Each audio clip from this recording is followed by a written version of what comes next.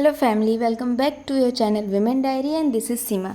तो आज हमेशा की तरह मैं आ गई हूँ आपके साथ अपना एक स्टडी व्लॉग लेकर। और आज मैं उठी हूँ सुबह मॉर्निंग में मतलब ऐसे उठी तो थी मैं 3:45 बजे, बट हाँ फ्रेशन अप होकर अपने स्टडी टेबल तक आने तक मुझे 4 बज गए थे। और जिस पूरे मतलब कहते हैं ना कि एंथुजियाज़म के साथ मैं अपनी स्टडी टेबल पे आई थी, उसी के साथ मुझे वापस से जाना पड़ा था। क्योंकि तब तक क्या हुई थी ना कि अभी जैसे मैं पढ़ने बैठी ही थी, बस मुझे ऐसे आवाज़ आई थी कि आरवी की रोने की आवाज़ आई थी, आरवी जग गई थी। तो बस ठीक है, क्या ही कर सकते हैं, मुझे उनके पास जाना पड़ा और फिर मुझे उनको वापस से सुलाने में आधा घंटे का लमसम हो गया। तो ये वो चीज़ें हैं जो एक हाउसवाइफ तो क्या बोले, मतलब जो एक मदर के साथ, अगर आप मम्मी हैं, आप मदर है, तो आप समझ सकते हैं चीज़ों से, आप कनेक्ट करेंगे कि ये चीज़ें आ जाती हैं।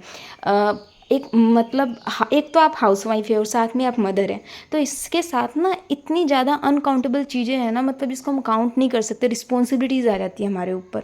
और सुबह देखिए, तो बस वही है, मेरे से जितना हो सका 1 घंटे की पढ़ाई करके मैं वापस किचन में आ गई थी चाय वाय बनाने के लिए। ये देखिए, मैं अभी आपको दिखा रही हूँ, मेरे ससुर जी हैं और इनकी एज बहुत ज़्यादा है, मतलब ही इज़ 95+।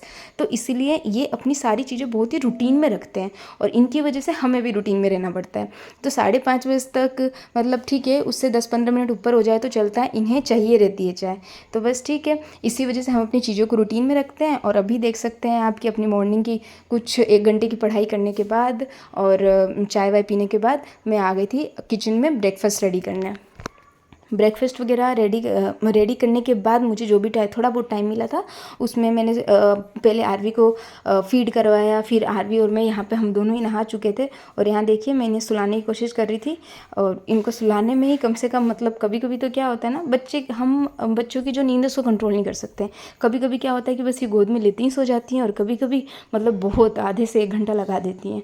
तो यही है, हमें अगर हम मदर है तो हमें बच्चे के मूड के ऊपर जाना पड़ेगा। कभी कभी ये दोपहर में 2 से ढाई घंटे सो जाती हैं और कभी कभी सुलाओ और बस 10-15 मिनट, मैक्स टू मैक्स आधे घंटे में उठ जाती हैं। तो हमें इन्हीं से चीज़ों के साथ डील करके आगे बढ़ना है ना। तो मैं जैसे कि आपसे अपनी एक चीज़ शेयर करती हूँ कि जब मैंने अपनी ये है ना स्टडी जर्नी स्टार्ट की थी, तो ना मैं बहुत ही ज़्यादा इरिटेटिंग हो गई थी टूवर्ड्स टू आरवी।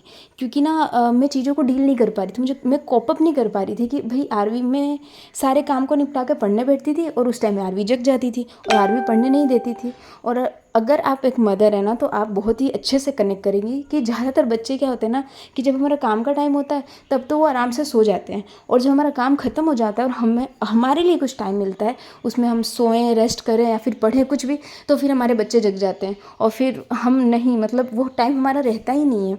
तो बस उसी चीज़ को लेकर ना बहुत ही चिड़चिड़ी हो गई थी। बट ठीक है, धीरे धीरे मैं चीज़ों को डील करना समझ गई हूँ और मुझे पता चल गया है कि अगर मैं मदर हूँ, अगर मैं हाउसवाइफ हूँ, तो मुझे इन सब चीज़ों को लेके चलना है। और जब मैं प्रिपरेशन स्टार्ट की थी तो मुझे ये सारी चीज़ें पता थी कि हाँ, मुझे इन सब चीज़ों को डील करना है, उसके बाद ही मुझे आगे कुछ करना है।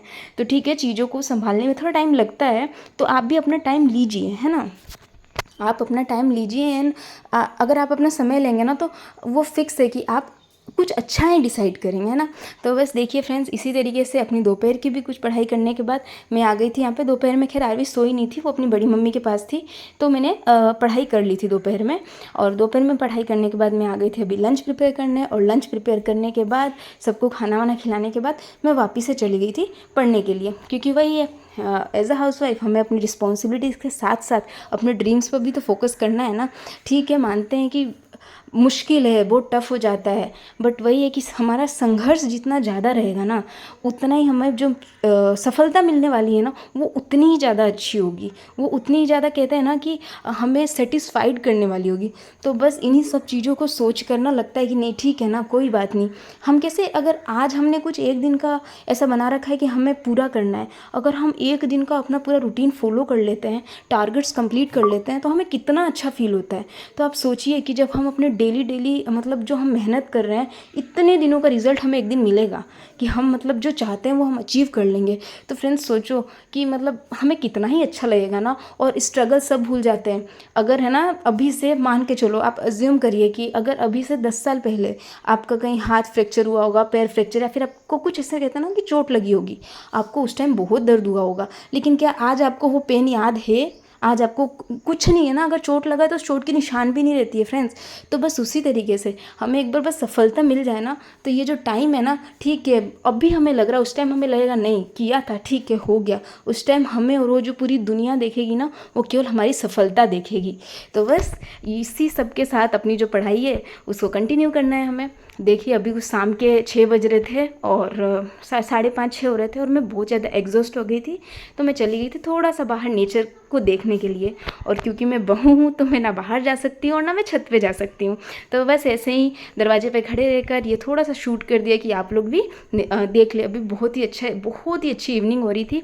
तो that's all for today friends. अगर आपको मेरी वीडियो अच्छी लगती है, मोटिवेटेड लगती है, तो do subscribe women diary and stay healthy.